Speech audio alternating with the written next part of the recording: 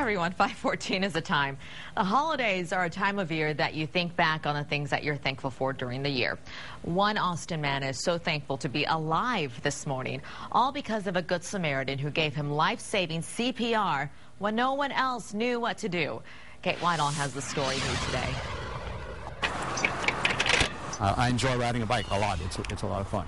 You can find Stanton Truxillo on his bike most days of the week. Typically, I ride 4 days a week and about 150 miles a week. But a bike ride with his cycling group back in August could have been his last. The final moment he remembers is telling his group he wasn't feeling well. They started watching me, and then a couple of seconds later, I felt really bad, and I thought, I'm going to stop.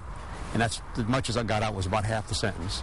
And the whole world went black. The last thing I saw was my handlebars. And no one knew it, but Stanton had just gone into sudden cardiac death. Because none of us were CPR trained, there's that feeling of helplessness. A member of the group flagged down someone who knew CPR. There was that CPR between, that 5 to 7 minutes of CPR that saved his life. When EMS rushed him to St. David's, Stanton was placed in a hypothermia machine that cooled his body down to 31 degrees in order to keep his brain functioning. Still, doctors say he is incredibly lucky to be alive. Out of the 300,000 people every year that suffer sudden cardiac death, only 7% survive. For every minute without CPR, your chance of survival decreases by about 7 to 10%. Because of that, his cycling group took CPR classes. The goal is we'd like to have somebody with CPR on every ride that we can. So if it happens again, someone is prepared. And they hope this story inspires others to make sure they are prepared.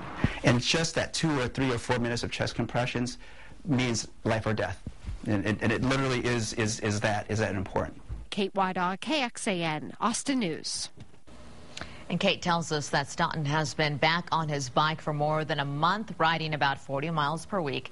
If you'd like to learn more about CPR classes in our area, we have a link for you to do that on our website. It's kxan.com.